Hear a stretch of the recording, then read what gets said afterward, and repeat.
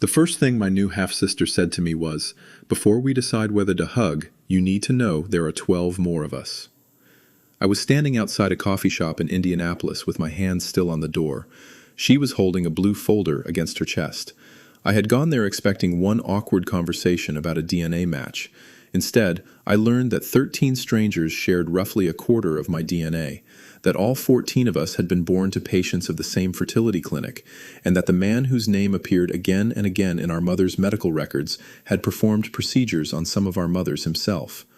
That was the moment my family history stopped being a private question and became evidence. My name is Marisa Cole.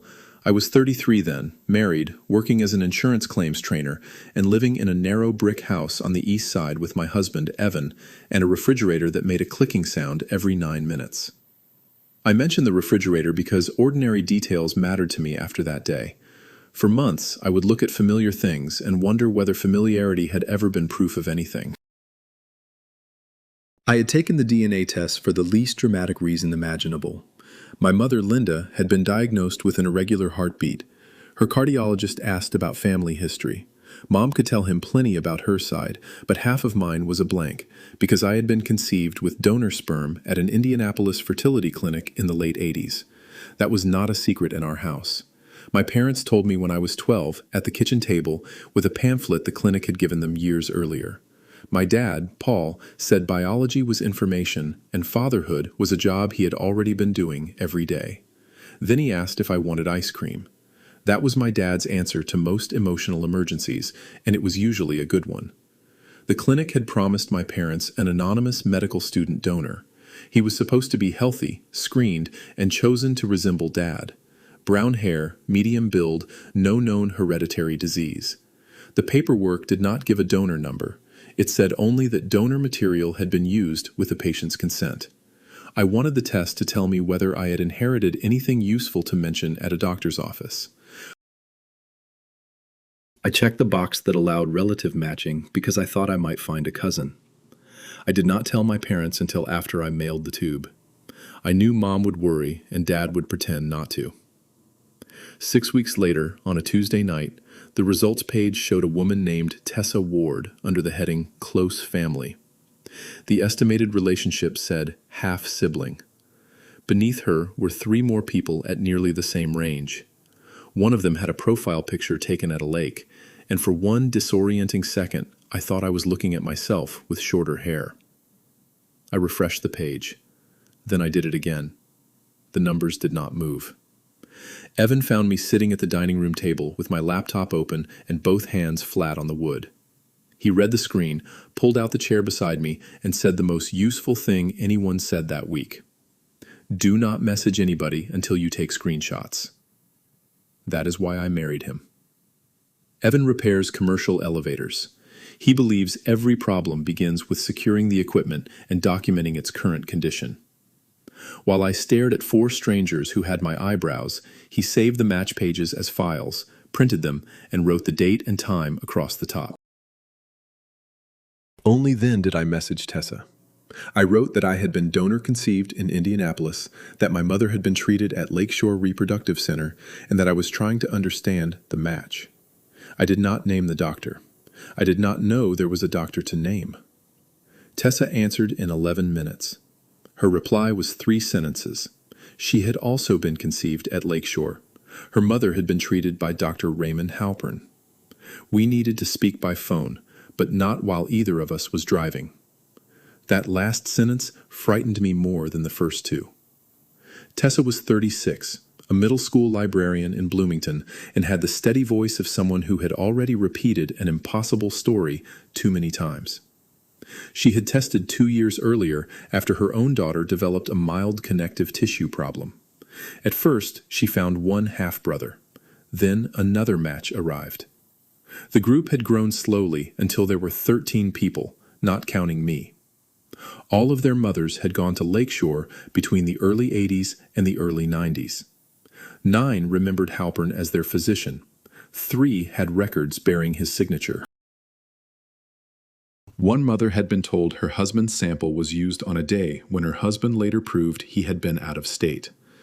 The children were spread across Indiana, Ohio, Kentucky, and Illinois, but most had been conceived within an hour's drive of the same building. "We have not accused him publicly," Tessa said. "We agreed not to. We have circumstantial evidence and DNA pointing in one direction. We need records and a clean chain of proof." I asked the question anyway. "Do you think the doctor used his own sperm?" There was a pause. I could hear a school intercom in the background, followed by the muffled clatter of a door closing. "Yes," she said. "I think he did it over and over." I called my mother that night. Dad answered and said she was at choir practice. I told him I needed both of them at home and that nobody was sick. He heard the part I did not say. When I arrived, Mom had put coffee on, though it was nearly 9. Dad stood behind her chair with one hand on its back. I showed them the screenshots. I watched my mother's face change as she read Tessa's name, the clinic name, and the estimated relationships. "No," she said, not loudly. The donor was a student. Dad asked how many. 13 matches besides me. He walked to the sink, turned on the faucet, and turned it off without using it. Then he asked whether any of them had photographs. I showed him. That was when Mom began to cry. The resemblance was not cinematic. Nobody gasped because 14 people had the same face. It was smaller and worse than that. The same deep crease beside the mouth. The same narrow hands. A way several of us tilted our heads when listening. Traits that might mean nothing individually began to look like a signature when they appeared in a grid. Mom said Halpern had been kind. She hated herself for saying it as soon as the words were out, but that was what made the memory painful. He had spoken softly when treatments failed. He had told her not to blame herself. On the successful attempt, he came into the procedure room alone after a nurse prepared her. He said the donor sample had arrived late and they needed to move quickly. Dad sat down across from her. "Where was I?" he asked. "At work. They called me in that morning. They said there had been a cancellation. I would have come." "I know." They said it was routine. They looked at each other across a table where they had paid bills, packed lunches, and told me the truth about being donor conceived. I realized that whatever had happened had not only stolen information from me, it had inserted a lie into the most vulnerable day of their marriage. Mom still had a file. Of course she did. She had saved report cards, appliance warranties, and every sympathy card from her mother's funeral. The clinic records were in a plastic storage bin under Christmas tablecloths. We found 6 pages from Lakeshore, 2 receipts, a treatment calendar, and the pamphlet Dad had shown me when I was 12.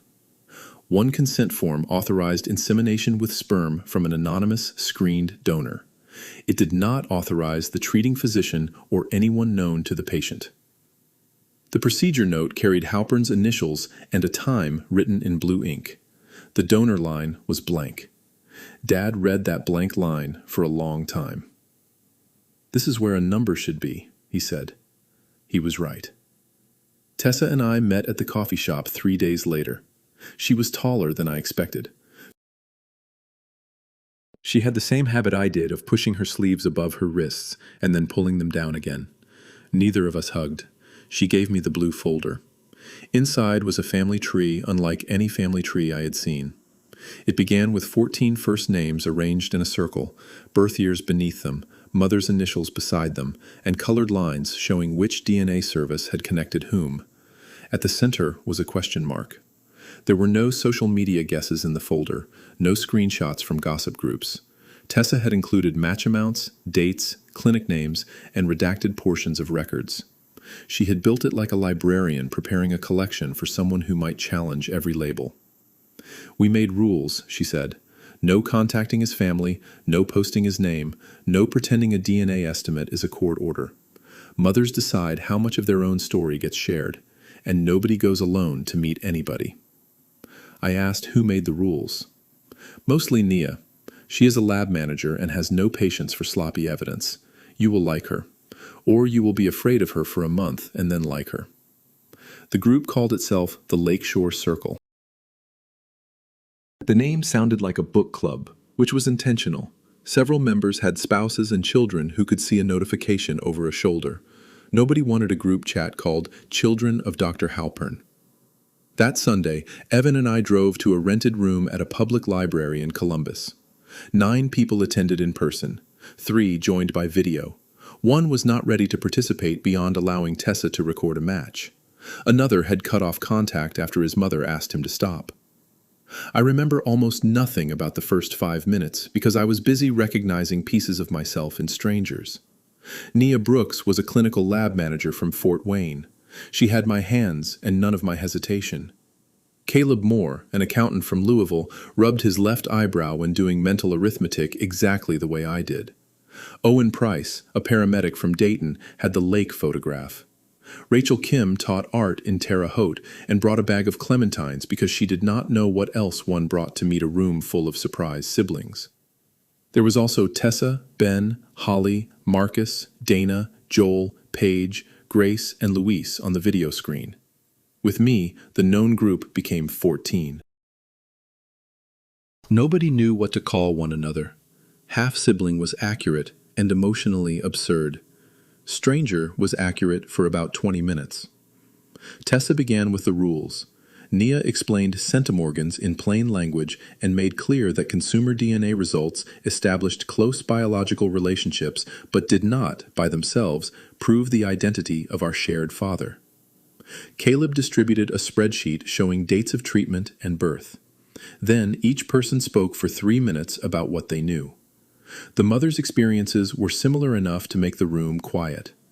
Halpern often controlled the timing. Records were incomplete. Donor identifiers were absent or inconsistent. Several women recalled being told the sample came from a medical resident. 2 remembered blonde donors being promised, though their children all had dark hair. One couple had paid extra for a donor with the husband's blood type. My mother had not come. She had given me copies and permission to summarize, but she said she could not sit in a room where her private medical history became the thing everyone shared. Dad stayed home with her. When it was my turn, I described the cancellation call, Halpern entering alone, and the blank donor line. Nia asked whether we had the original documents or copies. I said originals. Caleb asked whether the receipts showed a separate donor fee. They did. Good, he said, then winced. Not good. Useful. I am sorry. That became a common phrase among us. Not good. Useful. At the end, Owen asked the question we had all avoided. What would actually prove it? Nia answered. A direct sample from Halpern would be strongest, but there were lawful alternatives. A verified match to one of his acknowledged relatives could establish the paternal line. Records could corroborate opportunity and intent. A court could order testing and litigation, but we were nowhere near that yet, and nobody was going to collect discarded cups or follow family members through parking lots. We do this clean, she said. If we cross a line, his lawyer gets to make the story about us crossing it. The group had already located a public obituary for Halpern's father and the names of several living relatives. That was public information. Contacting those people was another matter. Tessa had drafted a careful letter to one adult relative who had already made a DNA profile publicly matchable on the same service as Ben. She had not sent it. Ben cleared his throat from the video screen. We may not need the letter, he said. He shared his screen. A new match had appeared that morning, predicted to be a first cousin or half-uncle. The user displayed a full name. It belonged to Halpern's acknowledged nephew. Nobody cheered. Nia leaned close to her screen and asked Ben to open the shared match page. The nephew matched Ben, Tessa, Owen, and me through the same cluster.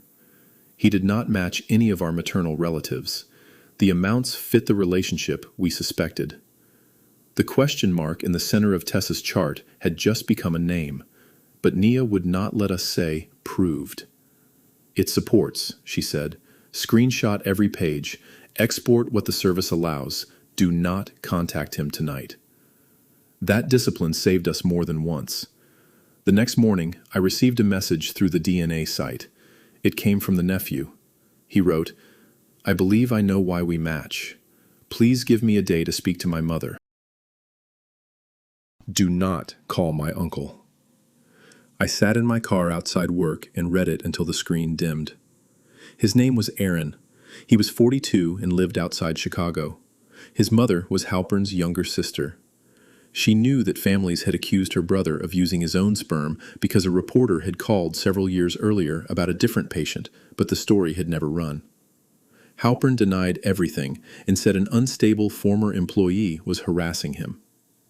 Aaron had tested because he was adopted by his stepfather and wanted information about his paternal grandfather. He had not expected a page full of close relatives young enough to be his cousins and numerous enough to be a warning. He agreed to speak with our attorney once we had one. He also agreed not to delete his profile. He would not confront his uncle and did not want his mother's name made public. Those boundaries were reasonable, and we kept them. The attorney came through Rachel's husband, who knew a civil litigator named Priya Shah. Priya did not advertise fertility cases. She handled professional negligence, fraud, and complicated claims where several deadlines collided. At our first consultation, she listened for nearly an hour before saying anything beyond a clarifying question. Then she put both palms on the conference table. "You have a compelling story," she said. "A compelling story and a viable lawsuit are not the same thing.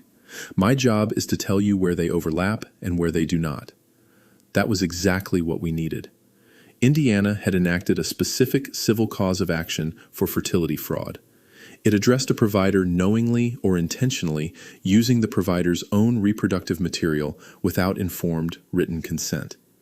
It provided damages and attorney fees, and it included a discovery window tied to DNA evidence, recordings, or confession. But our procedures had occurred decades before the law took effect. Priya said the statute did not hand us an easy answer about retroactive application. She would not promise that a court would apply a later civil statute to old conduct. Depending on each claimant, other theories might include fraud, battery, negligence, breach of agreement, or claims governed by medical malpractice rules.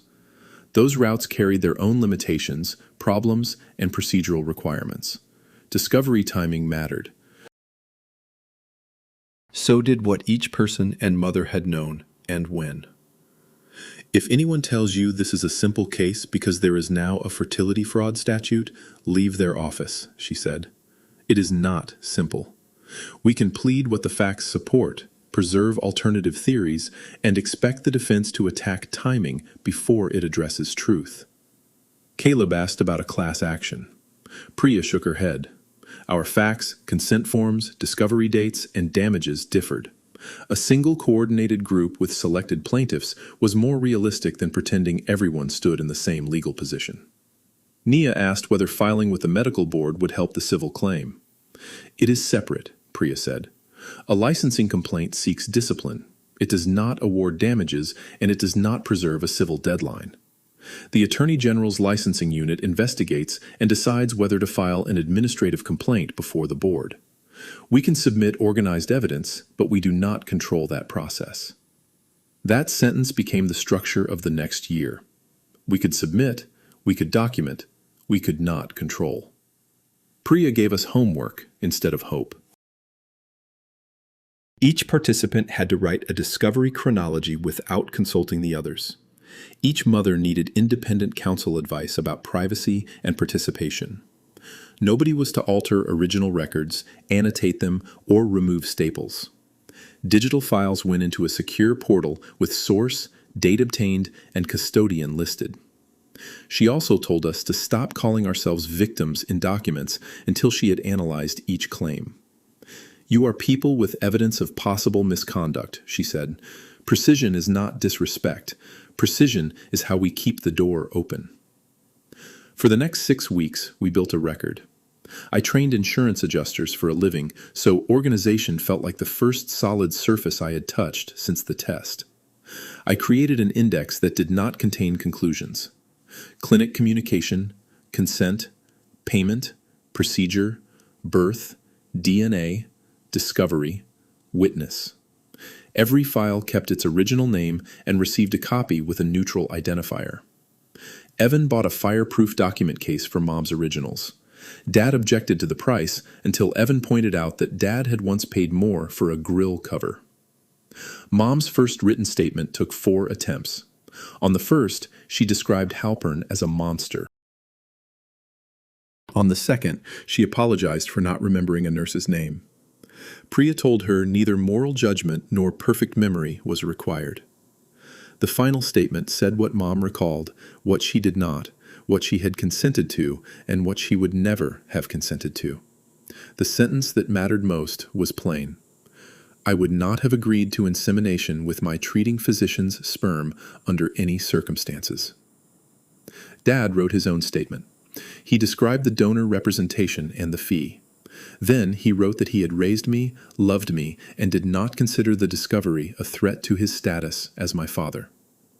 Priya had not asked for that last part, but he needed it in the record.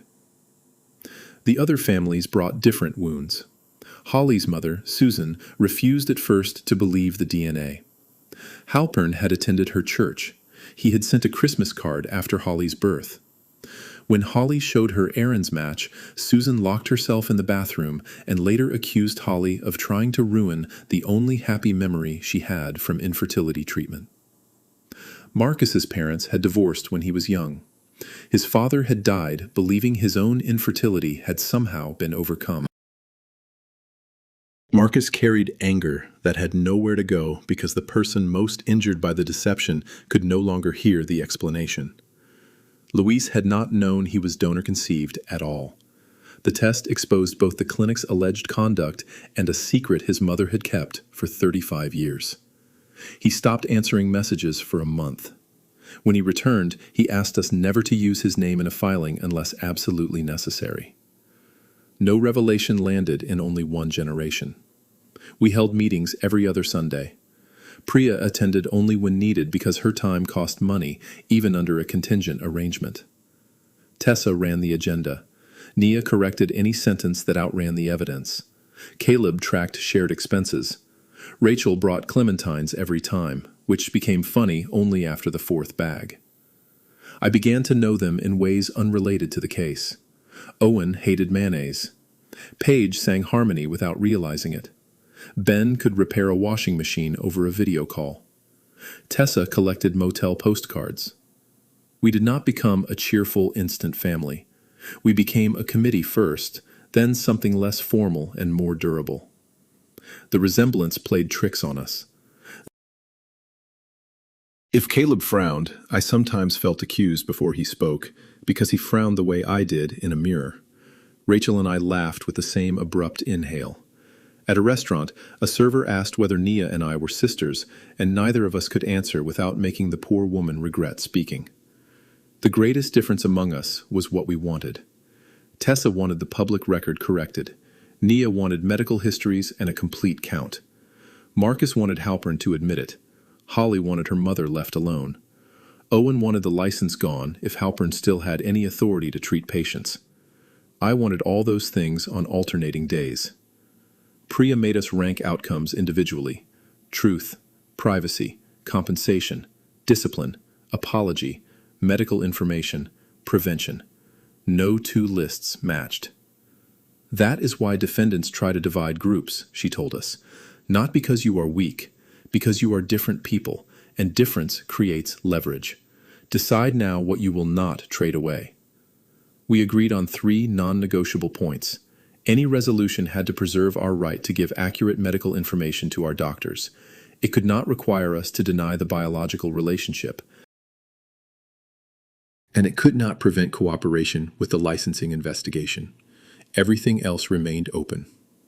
Before filing, Priya sent Halpern a preservation letter through counsel.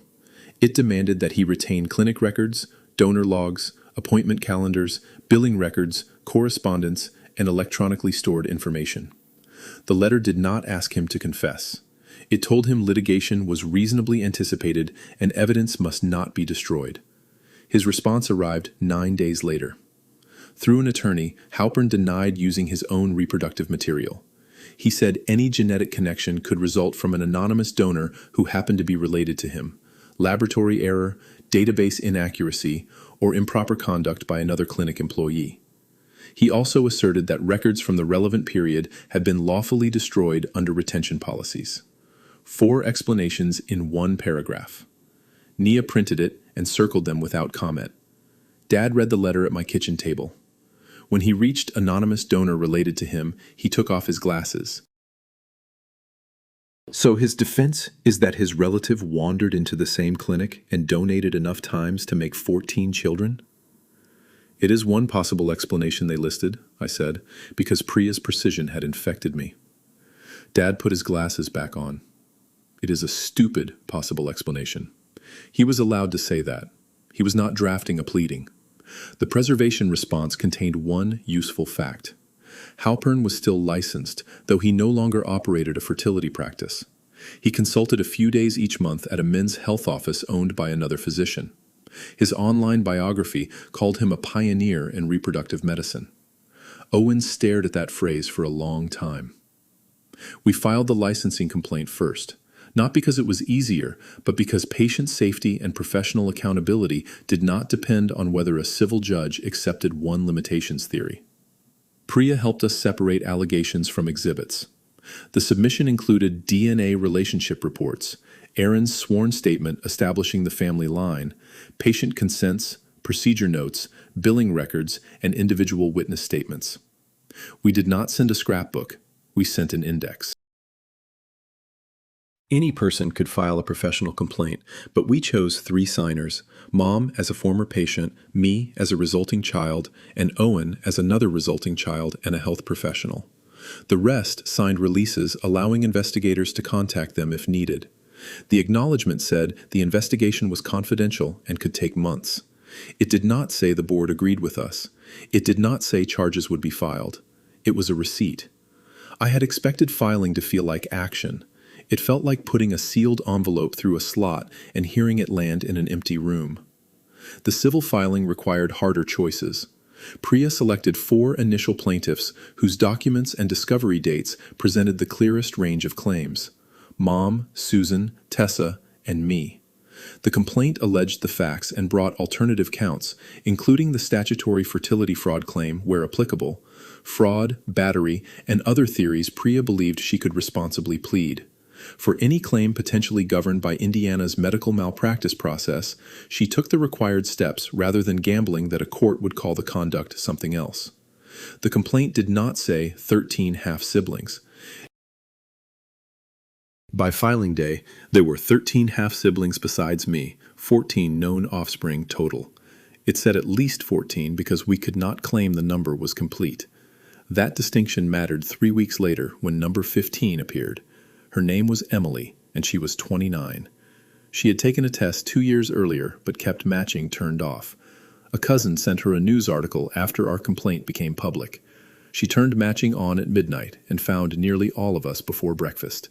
She did not contact the group. She contacted Halpern. We learned that when his attorney attached her message to a motion accusing us of orchestrating harassment, Emily had written that she thought he might be her biological father and wanted medical information. She was polite. She did not threaten him. She had never spoken to us. That accusation arrived at exactly the point when exhaustion made us vulnerable to it. We had spent months being careful, and one stranger's independent message was being used to suggest a campaign we had never organized. Priya told us not to answer online, not to contact Emily through back channels, and not to turn indignation into evidence for the other side. If the accusation was false, the timestamps would do more work than our anger. Priya answered with a declaration from Emily and records from the DNA service showing when matching was enabled. The judge denied the request to restrict our communications, but warned everyone against contacting represented parties directly. Emily joined the secure portal, but not the lawsuit. She had a 6-month-old son and no appetite for depositions. We respected that. The public attention was ugly in predictable ways. Commenters said our mothers should be grateful because they got babies. Others said donor conception itself was immoral. A local radio host called us a sibling swarm. Someone found my work profile and emailed my employer asking whether a person involved in a scandal should train insurance professionals.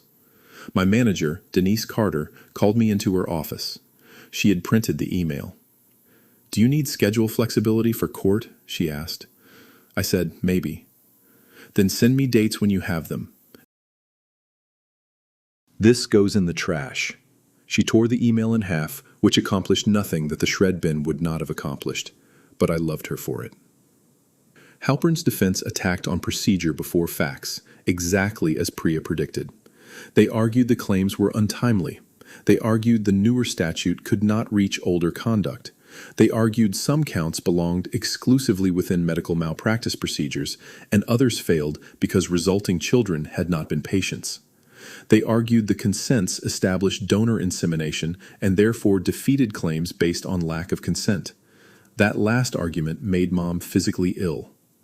"I consented to a donor," she said, "not him. How can they make those the same sentence?" Priya did not soothe her with certainty. She explained that our answer would distinguish consent to the procedure from consent to the identity and source of the reproductive material. A signed form was evidence. It was not magic words erasing alleged deception. The court scheduled limited discovery focused on threshold questions. That meant we could seek evidence about identity, timing of discovery, representations, and records before the court decided which claims survived. It was not a victory on the merits. It was permission to keep going. Then the clinic's former nurse called. Her name was Joanne Mercer. She was 74 and living in Florida. She had seen a newspaper story online after a former coworker sent it to her. She called the number on Priya's website, refused to discuss facts until her own attorney was present, and then gave a statement that changed the case. Joanne worked at Lakeshore for 6 years. She did not witness Halpern provide his own sample. What she witnessed was the system that made it possible. Donor specimens were supposed to arrive labeled with a code tied to a screening file. On certain procedure days, Halpern told staff the specimen was fresh and would be handled by him. He sometimes dismissed the nurse before insemination. Afterward, Joanne found procedure sheets without donor codes. When she asked the office manager, she was told Halpern kept a separate physician log. Joanne once entered the procedure room unexpectedly and saw an unlabeled specimen cup on the counter. Halpern covered the label area with his hand, told her he did not need assistance, and shut the door. She complained to the office manager. Her hours were reduced the following month. She left before the end of the year. "Why did you not report it?" defense counsel later asked at her deposition. Joanne looked directly at him. "Report what? A cup without a label and a doctor who said he had it handled? I had suspicion. He had the clinic, the patients, and a reputation. I had 2 children and rent. I told the person above me and lost hours. I have regretted not doing more, but do not turn his secrecy into my authority." When I read that transcript, I understood why a paper trail can take decades to become visible. Each piece looked inadequate to the person holding it. A blank line, a strange instruction, a reduced schedule, a resemblance. Only when the pieces were placed together did they stop looking small. The records Halpern said had been destroyed were not entirely gone. Lakeshore had closed, but one of its laboratory contractors had merged twice and sold its storage division. Caleb traced the corporate names through old bills in Susan's file. Priya issued a subpoena to the current records custodian. The company found microfilmed monthly invoices and accession logs in an off-site archive. The logs did not contain patient names. They contained dates, clinic account numbers, and donor shipment codes. On 9 dates corresponding to procedures in our group, Lakeshore had not received donor material from that laboratory. On 4 other dates, material had arrived, but the codes on billing sheets did not match the codes in patient charts. Mom's procedure date showed no shipment.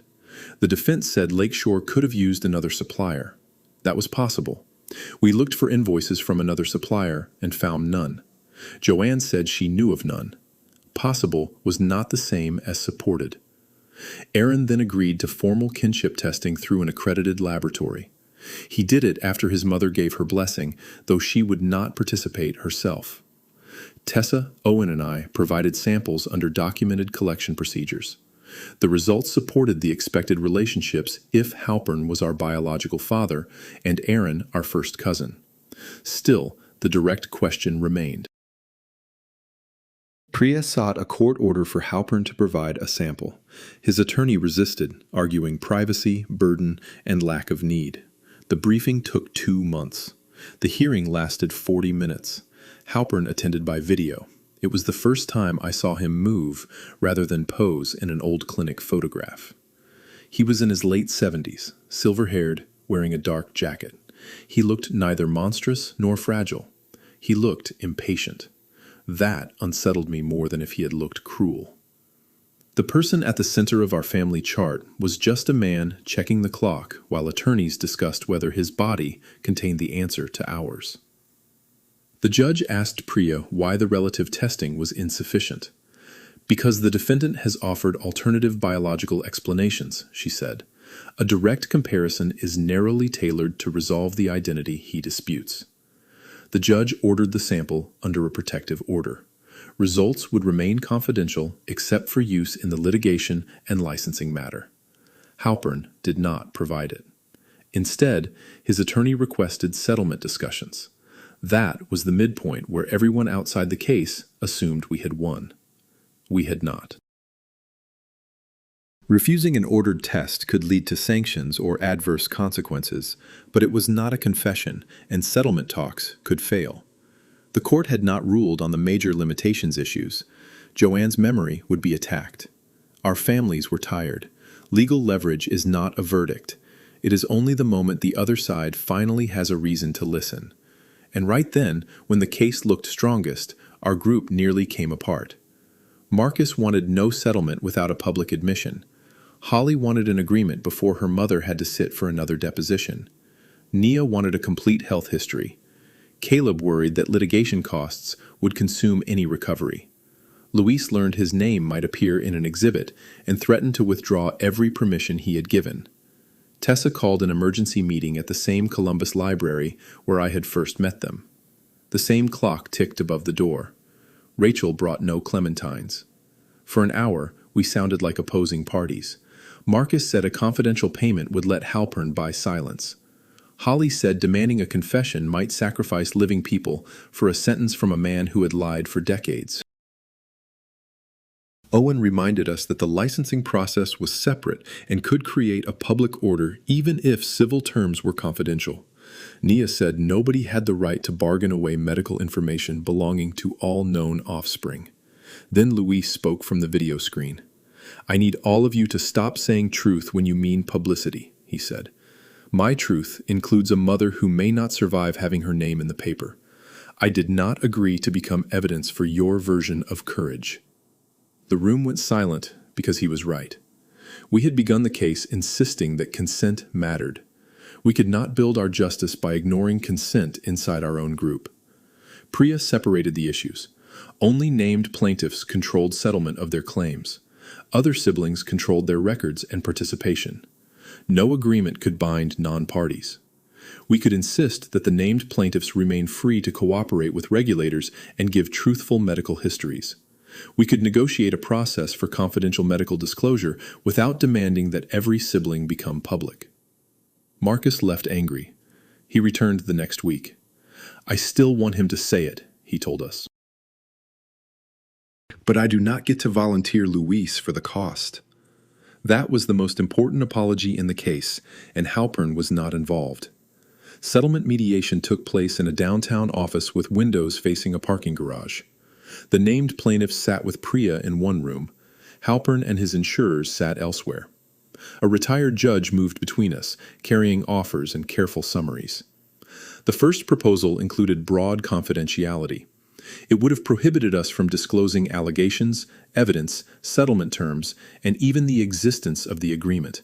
It also required dismissal of the licensing complaint to the extent we could influence it.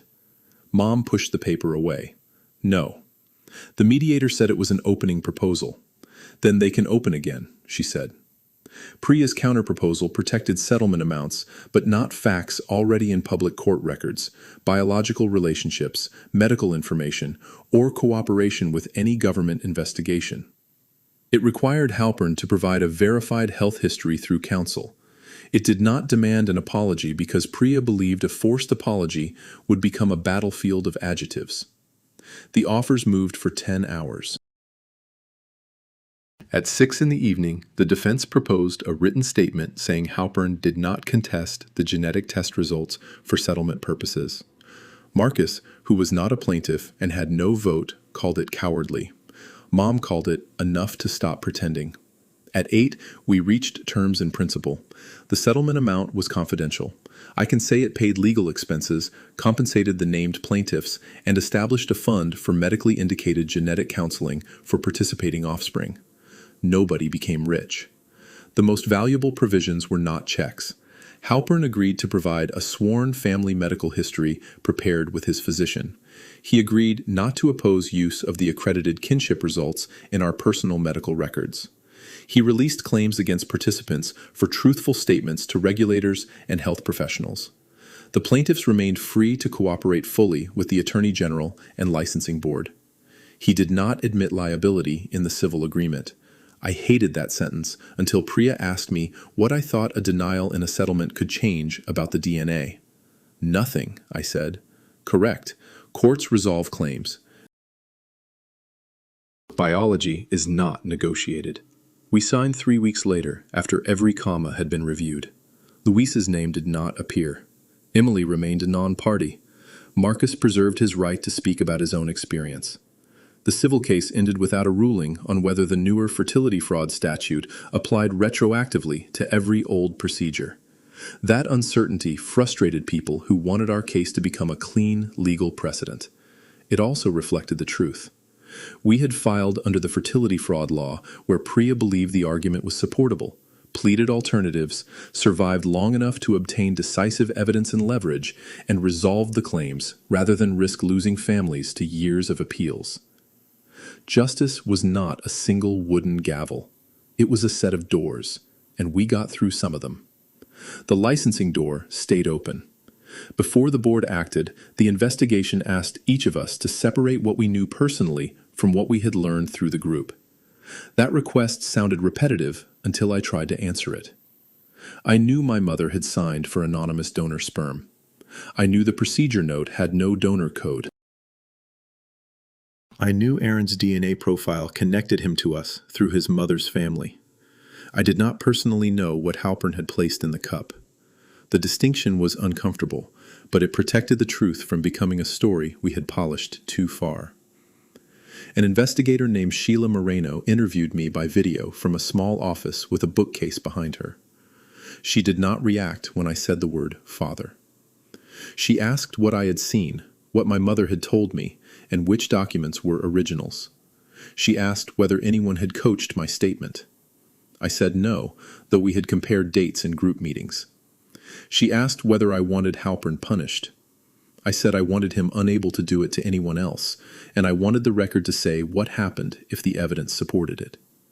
Then I admitted that I also wanted him to feel one morning of the uncertainty he had put into 14 families. Sheila wrote something down. "Those are different answers," she said. "I know. It is useful that you know." After the interview, I sat in the parking lot and realized that justice did not require me to pretend I was made of clean motives. It required me not to confuse my motives with evidence. The inquiry also exposed how many people had learned to live around missing information. One sibling had a chart showing a possible inherited clotting risk, but no way to tell whether it came from the biological line or a maternal branch. Another had been told by a parent that the donor was an only child, then discovered through the family match that the supposed donor had a large extended family. A third had spent years explaining an unusual resemblance to a neighbor as coincidence, because coincidence was kinder than the alternative. We began a private medical history exchange that did not depend on the lawsuit.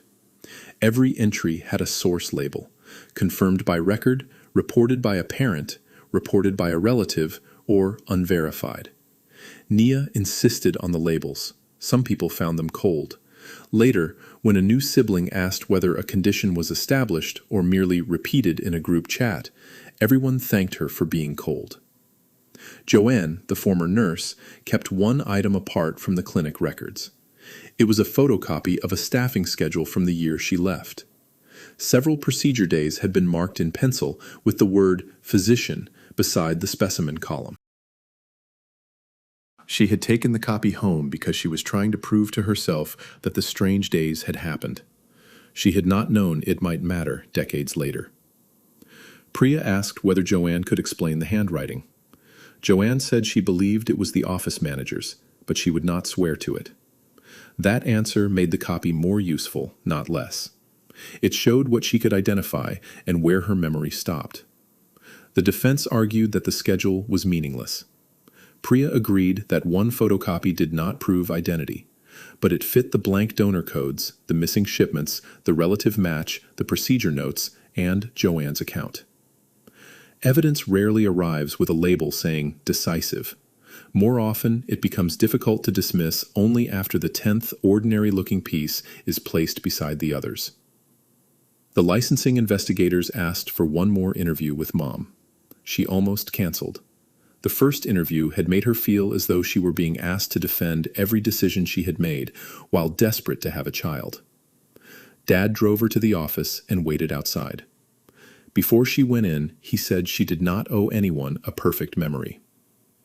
Mom testified for 47 minutes. When she came out, she was pale but standing straight. She said the investigator had asked what informed consent meant to her in 1988. Mom answered that it meant knowing whose material was being used, what screening had been done, and what risks the doctors knew. It did not mean signing a blank check because she was frightened and hopeful. That sentence became part of the public order later. I recognized it when I read the findings, but it sounded different in official language. The board described conduct, records, and professional duties. Mom had described the human boundary underneath them. Months after the civil settlement, the Attorney General's licensing unit filed an administrative complaint before the Medical Licensing Board. The public filing relied on evidence gathered independently and materials lawfully shared from our case. It alleged professional misconduct and deception. It did not seek money for us. It asked the board to act on the license. Halpern petitioned to surrender it. Even then, the surrender was not as simple as mailing back a card. With discipline pending, the board had to approve the resolution. The proposed order permanently barred him from seeking reinstatement in Indiana. His attorney described surrender as a practical decision by an elderly physician who had already reduced his practice. Owen read that sentence aloud at our meeting. Then making it permanent should be easy, he said. The board hearing was held in a plain government room under fluorescent lights. Some of us attended, some watched remotely. Mom came with Dad and held his hands so tightly that his fingertips changed color. Halpern appeared with counsel. He did not look at our row. The board members asked whether he understood that surrender under the order meant he could not apply to reinstate the license. He said yes. They asked whether he entered the agreement voluntarily. He said yes. There was no speech from Marcus, no dramatic reading of 14 names, no moment when Halpern turned and begged forgiveness. The board voted. The order was approved. That was it. A license number changed status in a database. A profession that had trusted him closed its door. The result was quiet, procedural, and irreversible. Outside, reporters waited. Priya had prepared one sentence for the named plaintiffs. Mom ignored it. She stepped to the microphone and said, "We consented to fertility treatment. We did not consent to the physician using his own sperm. Those are not the same thing, and they never were." Then she took Dad's arm and walked away. Her sentence ran on the evening news. It was better than anything an attorney could have written because it did not make the story larger than it was. It made the boundary clear. The health history arrived the next month. There were cardiac issues, a clotting disorder in one branch, and no known connective tissue diagnosis. It did not answer everything. Family medical histories rarely do. We distributed it through the secure portal with a warning that it was self-reported and should guide conversations, not replace medical evaluation. My cardiologist added it to my chart. He ordered no dramatic battery of tests. He adjusted what questions he asked and recommended routine monitoring based on my own findings and Mom's history.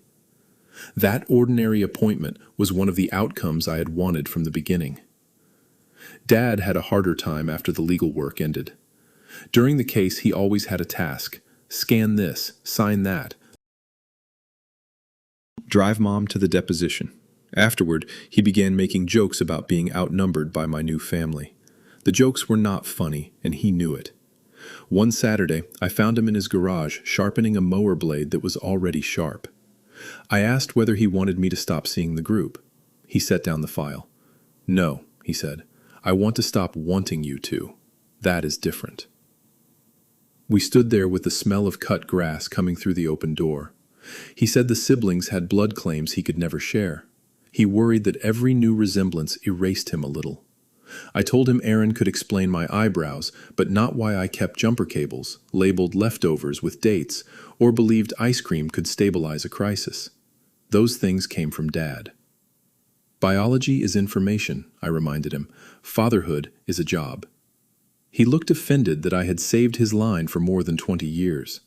Then he asked if I wanted ice cream. Our first sibling cookout happened that fall at a county park outside Indianapolis. We chose a public place, reserved 2 shelters, and told everyone there would be name tags with 3 optional lines: name, city, and relationship. Nobody had to write donor-conceived, mother, spouse, or child unless they wanted to. 13 of the 15 known offspring came. 9 mothers came. Aaron attended with his wife, but not his mother. Dad grilled hamburgers with Caleb. Evan inspected the shelter's electrical outlet, even though nobody had asked him to. Rachel brought clementines. The day was awkward for exactly 40 minutes. Then a child spilled lemonade. 2 people moved at once for paper towels in the same peculiar quick step, and everybody laughed harder than the incident deserved. We took one group photograph. People could stand in it or not. The mothers chose the center. That had been Tessa's idea. Mom stood between Susan and Joanne, the former nurse. Dad stood directly behind Mom with one hand on her shoulder. We did not arrange the offspring around a missing father. We arranged ourselves around the women whose consent had been taken for granted and the families who had raised us. Marcus brought a small wooden sign. On it, he had painted the Lakeshore Circle and the year. No doctor's name. "I thought I wanted his name in the middle forever," he told me. "Turns out I do not want him in the middle of this at all." That did not mean forgiveness. It meant proportion. Here is the update, because the consequences did not end at the board hearing. 3 years later, Halpern's license remains surrendered, and the final order still bars reinstatement. The civil settlement remains confidential, and we have honored the parts of it we agreed to honor. The medical fund has paid for counseling and appropriate consultations, not panic testing. 2 more matches appeared, bringing the known offspring to 17, though both newcomers chose privacy and neither joined any legal action. The Lakeshore Circle meets once a year for the cookout. Attendance changes. 1 year, Marcus cannot come. Another year, Holly's mother stays home. Nobody treats absence as betrayal. We learn too much about consent to demand participation as proof of love.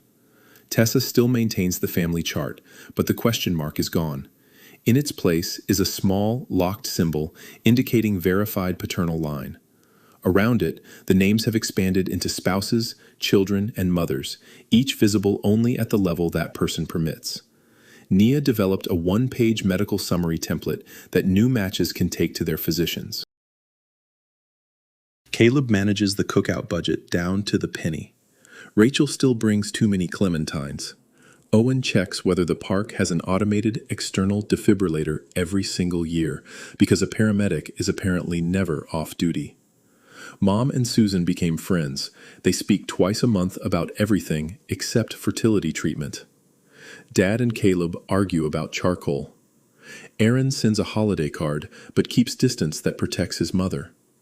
Luis has never attended, but he receives medical updates through Priya's office and sends a thumbs up when he wants us to know he is all right. As for me, I no longer open the DNA page alone.